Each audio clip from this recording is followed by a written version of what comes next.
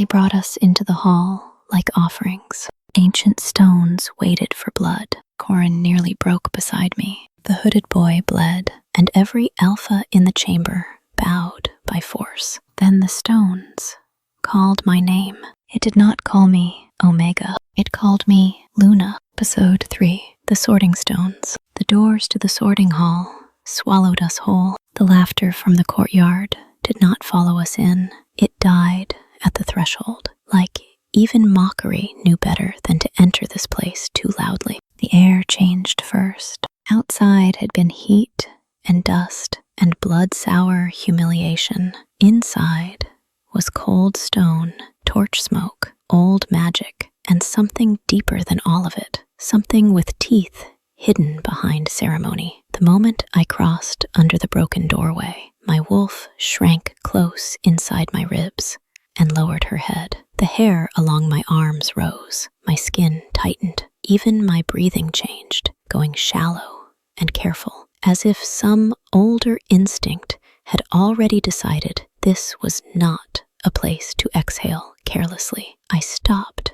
without meaning to. The hall was nothing like I had imagined. Not a gym, not an auditorium, not even the kind of chapel old packs used when they wanted to pretend brutality came from God instead of their own appetites. This place was older than most religions, older than packs, older, maybe, than mercy. Black columns ringed the chamber, each one thick as an oak trunk and curved inward at the top like the ribs of some giant beast that had died standing up. Runes had been carved into every surface, long vertical scars in the stone glowing faintly as though the chisels that made them had only just been lifted away. Torchlight crawled across the carvings and turned them into moving things. Smoke wound upward in pale ribbons and vanished into a dome of fractured glass high above us, where firelight shattered into dull, ghost-colored rainbows. Nothing in the room was still.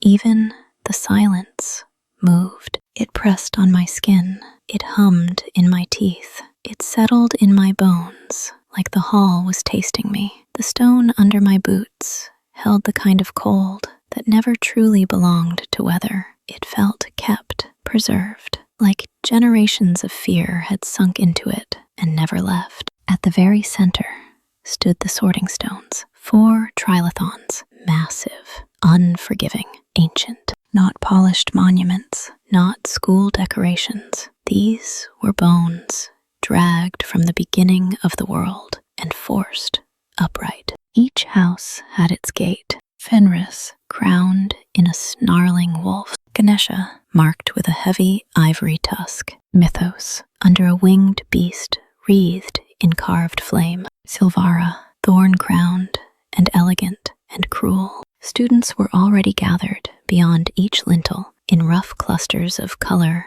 and scent and attitude, waiting like bloodlines made flesh. Wolves stood proud and shoulder to shoulder beneath Fenris, but even at a glance, I could see they were not one body. They were divided by pack line, by deference, by the invisible math of dominance. Some stood a half step ahead. Some angled their shoulders to make sure others could be seen behind them. Some held themselves too stiff, too alert, already fighting to look higher in the order than they probably were. I knew that language. Packs never stopped arranging themselves, not even in stillness. The students at Ganesha looked broader, harder to move, impossible to ignore. But unlike Fenris, they did not seem splintered by rank. They stood with a strange, grounded cohesion, as if whatever bound them was heavier than status and older than pride. They watched the room the way old trees might watch a storm, not anxious, not eager, merely prepared. Sylvara shimmered with quiet malice and immaculate posture, but even they were divided in their own way. One half wore darkness like a celebration of ruin, lacquer black fabrics, metal, sharp lines, the kind of beauty that wanted witnesses and victims both. The other half looked carved for courts and contracts, elegant, polished, and almost painfully composed. Yet beneath both expressions, I recognized the same thing: calculation, different costumes, same hunger. And Mythos, my breath snagged. Even at a distance, Mythos felt different, wilder, less like a group, and more like a collection of things that had once burned villages in old stories and now wore jackets and boots and student smirks. And there were not many, maybe one for every 30 in the other houses. They stood apart from one another, singular or in pairs with room to spare. Like closeness itself was something they tolerated only in small doses. Even their stillness looked solitary, not lonely, chosen. Before I could stop myself, I looked for him, the hooded boy. I found him standing apart from the other first years, as though distance bent naturally around him. At first, he looked exactly as he had outside, still, self-contained, armored in that same infuriating calm. Then the stones whispered to me. For one sick heartbeat, I thought I heard my old alpha screaming at me. Then my father, low and urgent, telling me to get down. Then my mother, gentle as moonlight, singing me to sleep. My throat tightened so fast it hurt. Tears burned behind my eyes. My chest ached with that old, humiliating pressure that came right before crying, the kind that made swallowing feel like trying to force down broken glass. I clamped my jaw and forced it back, forced all of it back. I would not break here, not in front of them, not in front of the houses, not in front of stones that already seemed to know too much about me. Then the moment passed, and across the chamber, the hooded boy moved. Not much, just enough for me to know I had not imagined it. His head dipped a fraction, like the sound had struck somewhere under the armor. One hand flexed once at his side, then closed hard. The set of his shoulders changed, only for a breath, as though something inside him had gone taut enough to hurt. When he lifted his face again, the indifference was back in place, but not fast enough. I had seen the crack, not fear, not weakness exactly, violation. Like the hall had reached inside him and brushed against something he would have killed to keep hidden. The moment vanished so quickly, I almost doubted it. Almost. Then the pressure in my own skull sharpened, and I realized the stones were not whispering to the room. They were whispering to us. Not words, not exactly. More like pressure inside my skull, like being weighed by something that did not need eyes to see. The stones, I realized, judging, measuring, remembering, and something in me, something older than thought, recognized the feeling, not from school, not from any place I could name, from blood, from the old instinct to lower my gaze before power, to make myself small before something vast and sacred and merciless decided whether I could remain standing. I didn't realize I had stepped closer to Corin until I felt the side of his arm brush mine. He was holding his patched backpack against his chest like a shield, shoulders drawn inward, eyes darting around the room as though every banner might pronounce a sentence on him. But now that I was closer, I could see it was worse than nerves. His breathing had gone shallow. His fingers were locked so tightly around the strap that the knuckles had blanched white. He looked less like someone waiting to be sorted and more like someone bracing for an old wound to be opened in public. Jada caught my stare and snorted. "Don't look at me like that," she muttered, folding her arms. "I told you the rocks were old. I didn't say they were polite." Her voice should have grounded me. Instead, it only made the moment feel more real. Beyond us, wolves were whispering already, not quietly enough. "That's the Omega, the one Derek tried to break, the one the hooded freak defended." The one, the one, the one. Always a thing people talked around. Never just a girl trying not to come apart in public. My pulse beat hard in my throat. I told myself to breathe. I told myself no one here mattered, that I would give blood, get sorted, survive the next hour, then the next day, then the next. One bite of the world at a time. Beside me, Corin made a small sound, not a word, barely even a breath. I turned. His face had gone pale enough to look bloodless. His eyes were fixed on the stones now, but not with awe, not even fear, recognition, the kind that made my stomach tighten before I knew why. His mouth had parted slightly, and for one awful second, he looked younger than he had any right to, like whatever lived in this hall had reached back through years and put a hand around his throat. "Corin," I whispered. He didn't answer. His shoulders pulled tighter. His whole body seemed to cave inward, around some invisible blow. I knew that look too. Not confusion, not panic. Endurance. The kind that comes after pain has repeated itself so often, the body stops asking what is happening and starts asking how long it will last. Before I could think better of it, I reached for him. Just a small touch, my fingers brushing the back of his wrist where it gripped the strap of his bag. Comfort, or the clumsy shape of it. The moment skin met skin, the world tore. Cold marble under bare knees, silver blue light through high glass, a boy's hands, smaller than they should have been, red and raw from winter water, a voice, elegant and merciless. Again, chains of light winding around pale wrists, laughter behind silk sleeves, ink, thorn vines, blood beating where a ringed hand caught his chin and forced his face upward. Not a name spoken, a title, a command. Kneel. The vision hit so fast,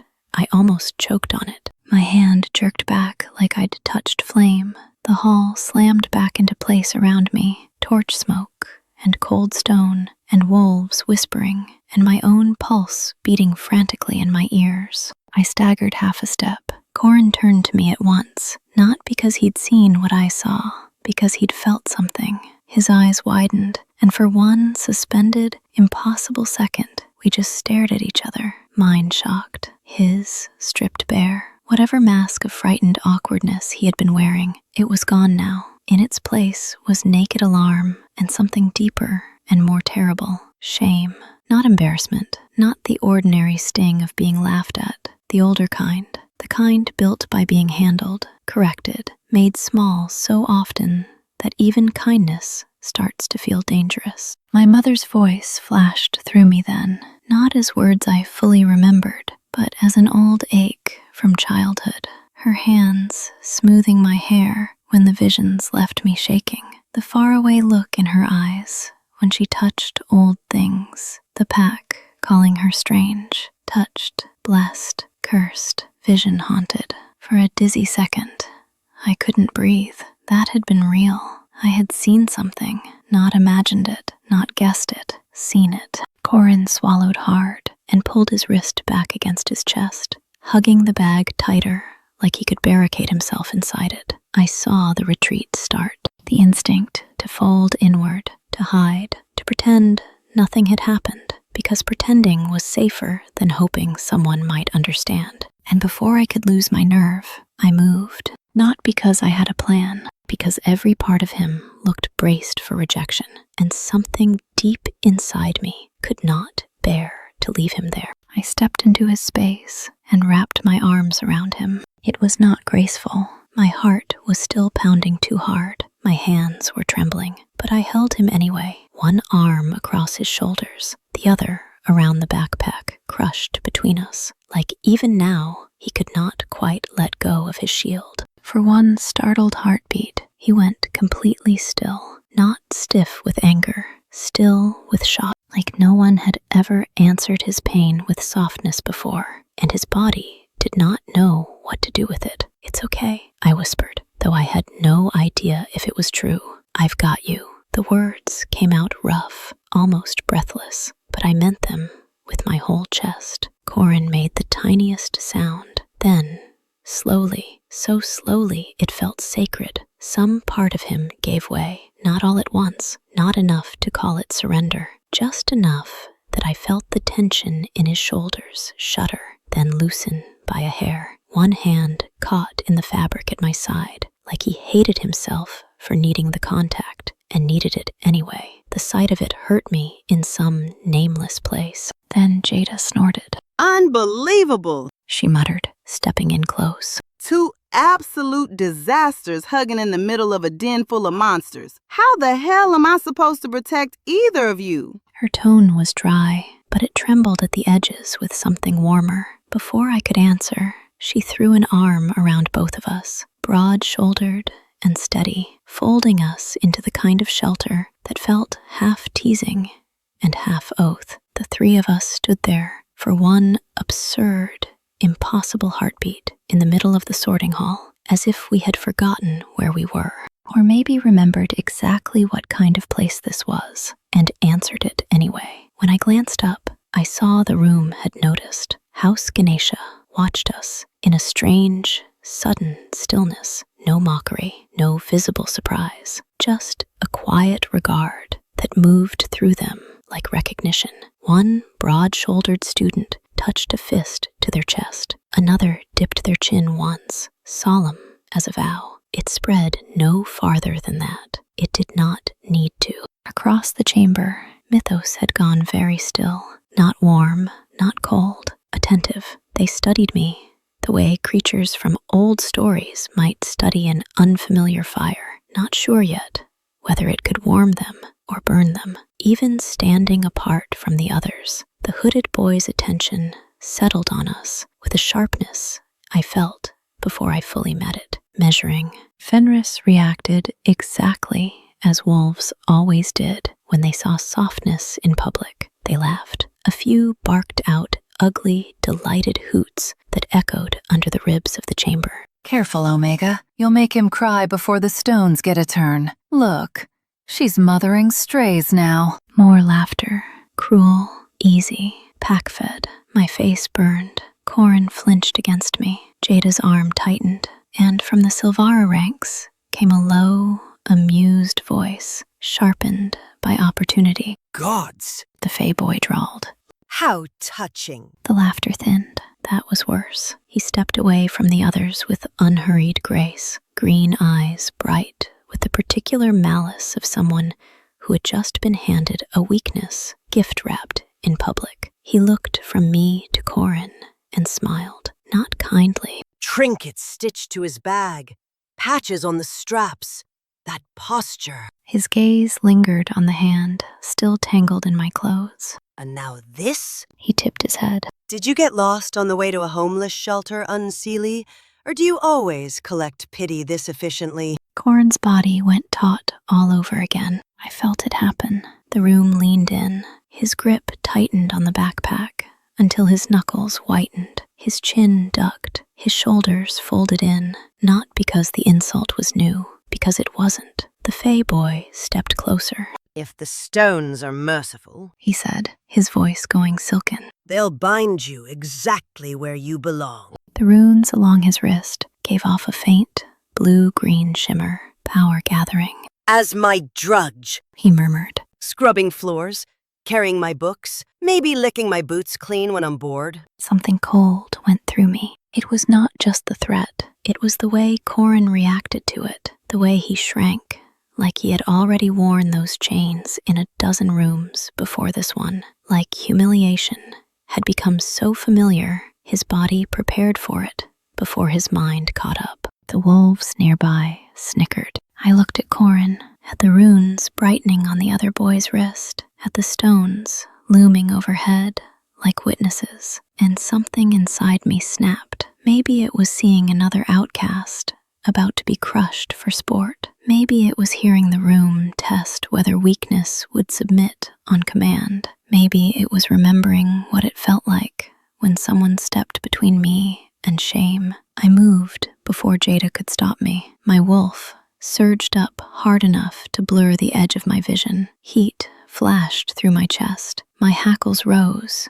though I was still skin and bone and fear. Threaten him again, I growled. The words cracked farther through the hall than I thought they could. The Sylvara boy stilled. I stepped closer. My voice dropped lower. Threaten him again, and I'll rip out your throat and lay your body by the stones so they can weigh your blood price. The silence that followed was immediate and complete. Not one person laughed. The Fey boy blinked once, as though his mind could not quite catch up to what had happened. Then my scent hit him. Wolf, defiant, female.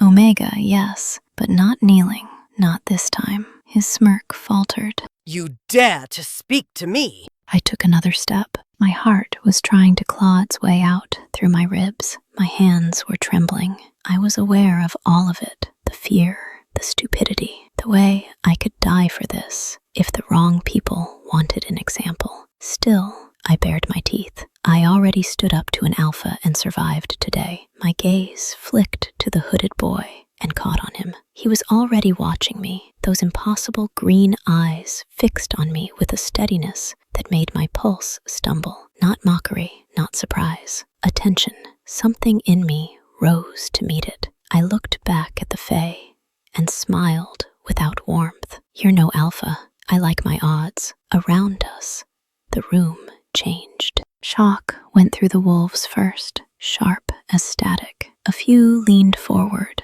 a few drew back. Jada stared like she had just watched a rabbit snarl at a blade and enjoyed it against her own better judgment. Corin's gaze snapped to me, wide-eyed, not hiding now, watching. The Fae boy's lips curled, but the glow around his wrist dimmed. He stepped back, once, then again, not fleeing, not surrendering, but retreating just enough to tell the truth to everyone present. The magic he had been gathering unraveled into nothing. My wolf huffed, viciously satisfied. For the first time since I stepped onto the bus, I did not feel like I was merely enduring my own life. I felt like I had answered it. No one moved. The silence that followed did not feel empty. It felt crowded. Wolves staring, Fae recalculating, Ganesha watching without flinching, Mythos taking inventory. Even Corin had gone still beside me, as if one wrong breath might shatter whatever impossible thing had just happened. I could feel the question hanging in the chamber. What now? Would the Fae lunge? Would Derek? I found him across the hall, almost without meaning to. He was still bruised from the doors, one side of his face darkening, where wood and humiliation had kissed it hard. Rage had hollowed him out. I could see it in the way he held himself, already leaning forward, already gathering the courage of the pack around him like a second skin. He looked at me the way wolves look at a trespasser, dumb enough to bare its throat in the wrong den. The Omega has forgotten her place. I could almost hear the thought forming behind his eyes. And worse, I could see the answer he meant to give it. Not later, not privately, now, here, with Fenris laughing behind him and his pride still bleeding. I think he truly believed the pack would let him crush me where I stood and call it justice. Then the hall shifted, not with noise, with obedience. The pressure in the room changed all at once, like an unseen hand had closed around the spine of the crowd and straightened it. Attention snapped forward. Conversations died before they could become words. Even Derek checked himself. The motion arrested halfway into becoming action. An older man stepped into the center of the hall. He did not move like an old man. He moved like a wolf who had outlived enough rivals that age had become its own form of dominance. Silver threaded through his dark hair, but there was nothing soft in him. His face was all hard lines and old patience, the kind carved by decades of watching young predators test their teeth and deciding again and again whether they were worth letting live. His eyes found the center of the hall, embers banked under ash, not blazing, waiting. For one strange second, I understood something about him that made my skin go colder. Boys like Derek wanted power because they were afraid of losing it. Men like this no longer needed to want it. It had settled into him too deeply to be questioned. When he spoke, he did not raise his voice. He did not need to. Welcome, He said, and the word carried to every corner of the chamber. to the Schola Arcanum Corporis. The old tongue rolled through the hall like iron drawn over stone. A pause, then, almost dryly, Though since none of you barbarians trouble yourselves to learn a civilized language, you call it the school for shifters. A few uneasy laughs flickered and died. I am Principal Sirius Fulgur. His gaze passed over us once, slow as a knife dragged across stone. It touched the bruised wolf, with murder still in his eyes, the fey boy smiling like a wound in silk, the trembling first years, the gathered houses, and left none of us feeling unseen. Our creed is older than these walls, He said. older than your pacts, older than your courts, older than your excuses. He let the silence deepen before he gave us the words. Natura fortibus favit. The runes along the columns seemed to brighten. Nature favors the strong. No one moved. He turned slightly, one hand opening toward the standing stones, as though introducing not monuments, but witnesses. Do not mistake that creed for comfort. He said. Strength is not kindness. Strength is not fairness. Strength is not safety. The words struck harder because he delivered them so calmly. Nature does not pity the slow prey. It does not rescue the weak-willed. It does not pause because you were loved too little, wounded too early, or born without the gifts your rivals were handed as birthrights. My stomach tightened. My wolf shrank low inside me. No nursery stands behind me. He continued. No sanctuary opens before you. You are adults now, whether you arrived eager for power, desperate for refuge, or dragged here by the failures of your blood. Dragged here by the failures of your blood. The phrase slipped under my ribs like a knife, finding an old wound. My wolf whimpered, low and small, and somewhere beneath the sting, beneath the shame, beneath the panic, still humming through me from the wolf boy, the fae, and the hall itself, something harder answered back. Good. The thought came from somewhere ugly. Good. At least here they say the cruelty out loud. The world beyond these walls will not coddle you. The principal said. Neither will we. Here you will be sharpened, tested, sorted, claimed, and broken of whatever delusions made you think survival was your birthright. He let that settle too. Then he looked at us again. Every first year, every shaking hand, every hidden fear, every arrogant smile pretending not to shake. The stones do not flatter. He said. They do not negotiate. They do not make mistakes. His voice did not rise. It grew colder. You will stand before them one by one. You will offer blood. They will taste what you are, weigh what you may become, and place you where your nature can no longer hide behind your wishes. A hush moved through the room. Not surprise, recognition. The moment had arrived. You will thrive, or you will die. The words struck the chamber and stayed there. And the stones will not grieve you. The silence after that felt alive. Even the torches seemed to bend toward him. My mouth had gone dry. The stone under my boots felt colder than before. Around me, I could smell fear blooming fresh under sweat and smoke, bright as blood in water. Then he lifted one hand. The room obeyed. At the center of the hall, a circular stone dais rose before the trilithons. Set into it was a wide basin, worn smooth by time and blood. Resting along its lip lay an athame, its blade dark as old oil, runes flickering faintly along the edge. One by one, He said. you will come forward. No flourish, no ceremony beyond the one the hall already was. You will cut your hand. You will feed the basin. The stones will answer. A wolf from Fenris strode out first, before anyone else could hesitate, all swagger and broad shoulders, and the kind of confidence that came from never having doubted the world was built with room for him in it. He mounted the dais, took up the athame, and sliced his palm without flinching. Blood fell into the basin. For one taut breath, nothing happened. Then the bowl blazed red. The Fenris lintel flared in answer, the wolf carved above it, igniting in in a wash of violent scarlet light. A cheer broke from the Fenris ranks, sharp and exultant. The boy grinned and crossed beneath the trilithon, where the bruised wolf caught him by the back of the neck and hauled him in close, slinging an arm around his shoulders with easy possession. It was casual.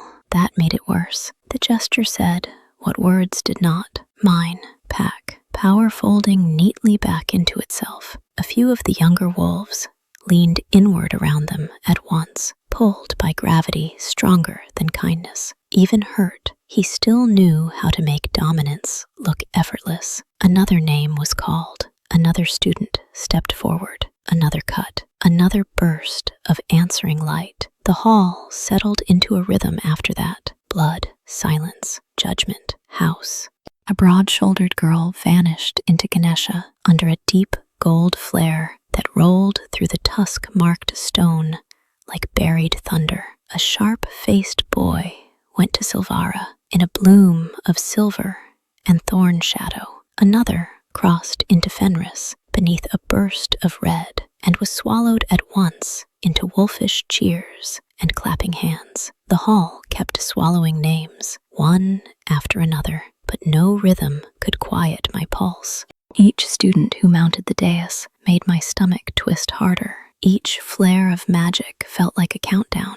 My palm had begun to ache in anticipation of a blade that had not touched me yet. Beside me, Corin had gone very still again, his patched bag clutched hard against his chest. Jada looked calm from a distance, but I had felt the tightness in her shoulders earlier and knew better. Then the air changed, not because the principal raised his voice, because the stones did.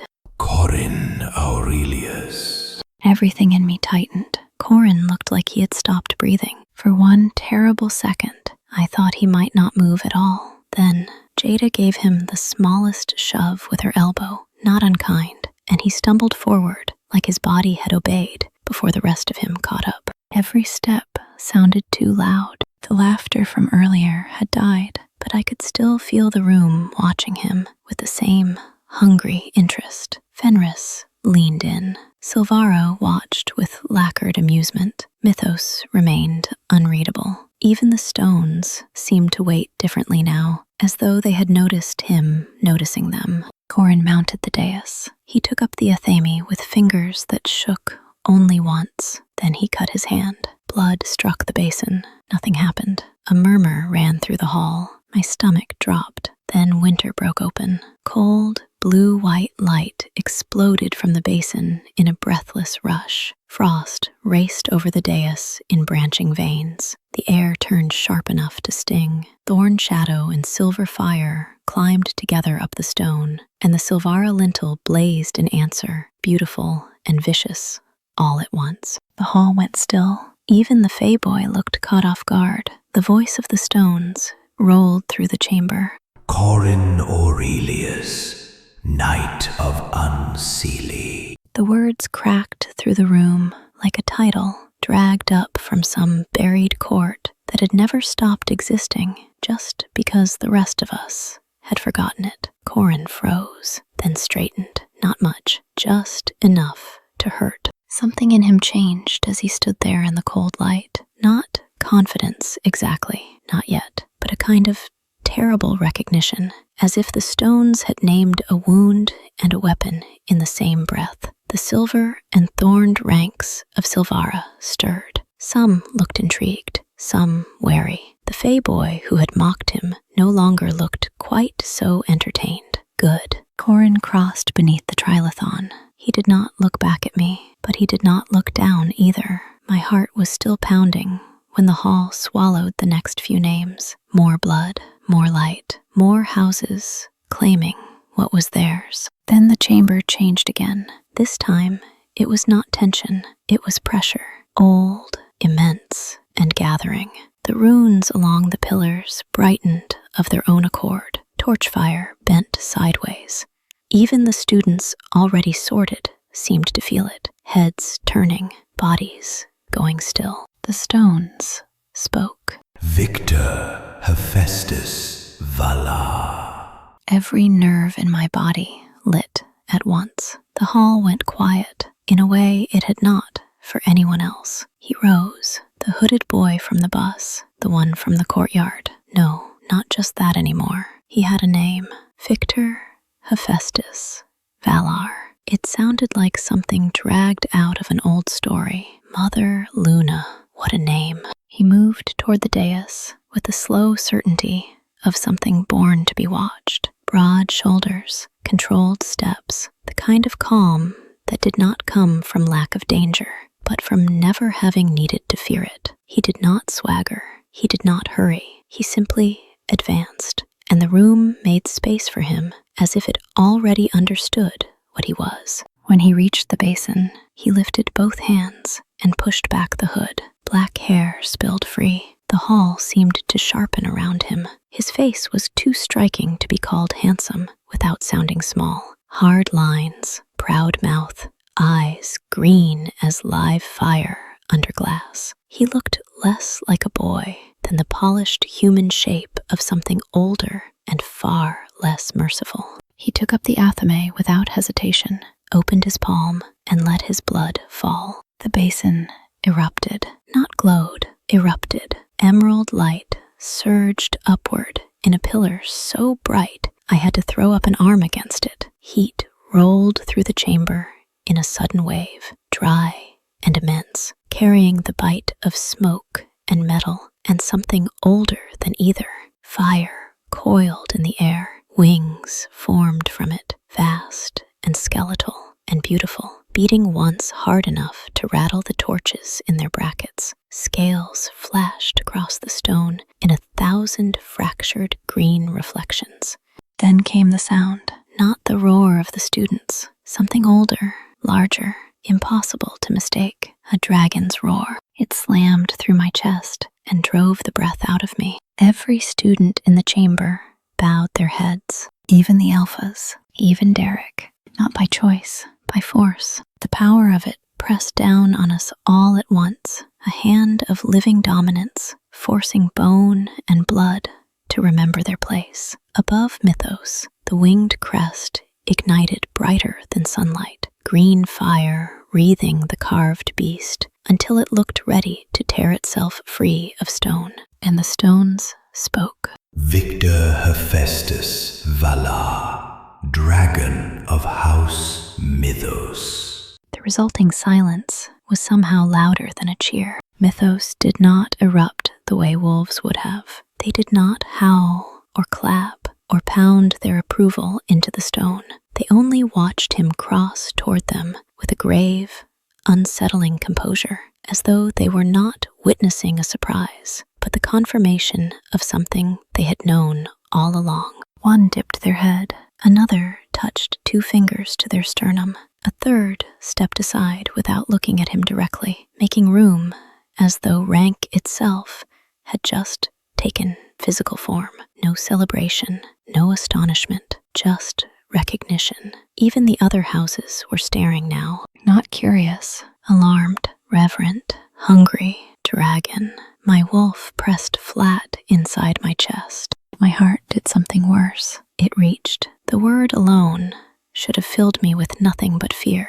Dragons did not belong in stories with happy endings for girls like me. They burned cities, demanded tribute, carried off virgins in tales old enough to sound like warnings. They slept on hoards of gold and bone and beauty, stolen from lesser things. They did not throw themselves between omegas and cruelty on a school bus. They did not save girls like me. And yet some traitorous, fever-bright part of me had already begun to unmake the old stories and rebuild them around him. Not ash, not teeth, not dying beneath shadow. Something worse, myself in the heart of a dragon's hoard, not as plunder, but as treasure. Myself draped in silks fine enough to slide like water over skin that had only ever known rough hands and rougher judgments. Myself gathered beneath those vast, impossible wings, while the world broke itself uselessly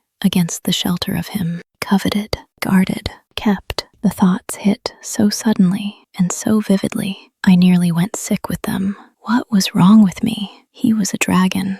I was an Omega. A creature like that should have looked at me and seen nothing worth keeping, only something to consume. The scent hit me even from across the hall. Sandalwood, stone, cold fire. The same impossible, intoxicating scent that had followed me from the bus and the courtyard, and all the way into the frightened, hidden parts of me I had spent my whole life trying to bury. He looked over the hall once as he crossed toward Mythos, not searching, measuring. For one impossible instant, I had the wild, dizzying thought that if those green eyes settled on me too long, I would not survive it unchanged. And some part of me, God help me, did not know whether that was terror or desire. His hand was still bleeding. He did not seem to notice. Or maybe dragons bled like kings, as if even their wounds were part of the ceremony. The smell of ash lingered after him. That was power, ancient, undeniable, terrible. My wolf trembled, and somewhere beneath my fear, beneath my common sense, beneath every lesson I had ever been taught about my place, a stubborn spark whispered from the dark. Why not me? Then the hall went still again. I knew before the stone spoke. My body knew. My wolf knew. Every part of me tightened at once. Cybele Damaris. My name did not echo. It dragged, heavy enough to rattle my bones. Every wolf head turned toward me. Derek's stare hit like a blade. From Mythos, Victor leaned slightly forward, green eyes narrowed, watchful. Corin looked stricken, as if I were already halfway lost to whatever waited for me up there. My knees wanted to fold. For one awful second, they nearly did. Then Jada's knuckles bumped lightly against my arm, not hard, just enough. Breathe first, She muttered out of the corner of her mouth. Walk second. Try not to die in a dramatic way before the fun part. The line should have been ridiculous. It worked anyway. My lungs remembered themselves. Air came back, sharp and cold. I swallowed, straightened, and made my feet move. The walk to the dais felt longer than the bus ride, longer than the courtyard, longer than all the years I had spent learning how to make myself smaller so other people would feel safer standing near me. I reached the basin. The Athami's handle was cold, colder than Corin's hand, colder than moonlight. My palm was slick with sweat. For one stupid second, I thought, what if nothing happens? What if the stones taste me and spit me back out? I cut my hand. The blood fell. Silence. A single breath. Then the world split. White. Silver white light burst from the basin. So bright, the whole hall vanished behind it. Moonfire climbed upward in twisting ribbons and wrapped around me, cold and brilliant and alive. It did not burn my skin. It burned through me. My breath caught so hard it hurt. My spine locked. My wolf surged with a howl so fierce and joyful, it nearly tore me in half. Above Fenris, the wolf crest ignited, not red, white, white as the full moon over snow. Runes blazed across the stone in living lines of fire. The wolf itself seemed to move, crown light gathering around its brow, teeth bared, gaze turned down on all who would challenge it. The stones spoke in layered voices, not one voice, many, ancient, female, male, animal, divine, impossible to deny. Cybele Damaris, Luna of House Fenris. The hall exploded, not just in noise, in contradiction. Some wolves bowed at once, helpless before the pull of the proclamation. Others snarled, low and angry, hackles rising, unwilling to accept what the stones had said. I heard disbelief, fury, something almost like fear. For one splintered, impossible instant, I understood none of it. Luna? No, that word did not belong to me. I was Omega. I was the girl pushed to the edge of the circle. I was the burden, the warning, the weakness men like Derek used to sharpen themselves against. Luna, the word struck again, louder now, not from the stones, but from the room itself, from whispers and growls and stunned breaths, and some terrible, starving part of me rose to meet it. Derek's face went pale with rage so complete it hollowed him out. His hands curled like he wanted to claw the judgment out of the air and stuff it back into my bleeding palm. Wolves near him shifted uneasily, caught between instinct and the outrage, and for one priceless second I saw it, not just his anger, but his authority slipping under it. Across the chamber, Victor's expression changed. Not awe, not anger, not simple interest, recognition, not the look of someone surprised, the look of something ancient, noticing treasure. Corin looked as if he might cry or laugh or both. He clutched the straps of his bag and whispered one word under his breath. Luna. The moonfire faded slowly, but the weight of it stayed. It pressed into my skin, into my spine, into the spaces shame had occupied for years and found them too small. I stepped down from the dais, changed in ways I did not yet know how to name. And then I saw where I had to go. Fenris. The wolves were split now, some staring, some furious, some unable to look at me without dipping their heads. Derek stood among them like a wound wrapped in pride, and for one cold second, all the white fire in my veins faltered. Luna or not, he could still make me bleed. My feet stalled. Jada caught it immediately. She flashed me a grin sharp enough to cut through panic and jerked her chin toward the wolf-marked trilithon. Well, She called. your house is waiting. I couldn't move, not yet. Her expression softened just enough to matter. Then, with deliberate emphasis, she said, Head up, Luna. The word hit differently from her. Human, chosen, real. My spine straightened before I told it to. Jada folded her arms and tipped her head toward Fenris, like she was sending me into a tavern brawl instead of a nest of wolves. Something in me almost laughed. Something bigger steadied. Not because the cruelty was gone, not because the danger was gone, not because anyone had suddenly started loving me, but because the oldest thing in this school had looked into my blood and spoken a truth no pack had ever given me. And now Jada was looking at me like I had better start acting like it. I was not only Omega.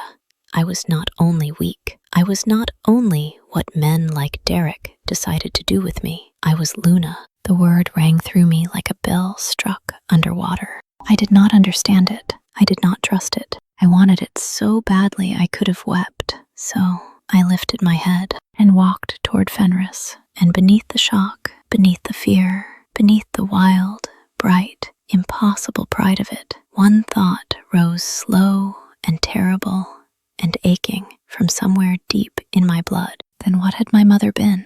If you want to keep going with me, like this video, subscribe, and stay with me. I still have a lot to learn about being a Luna here. After today, I think every predator in this school can smell weakness, and I'm not sure I know how to hide mine yet. Then how about Luna build her pack? Because around here, if you don't have people at your back, someone stronger decides where you belong.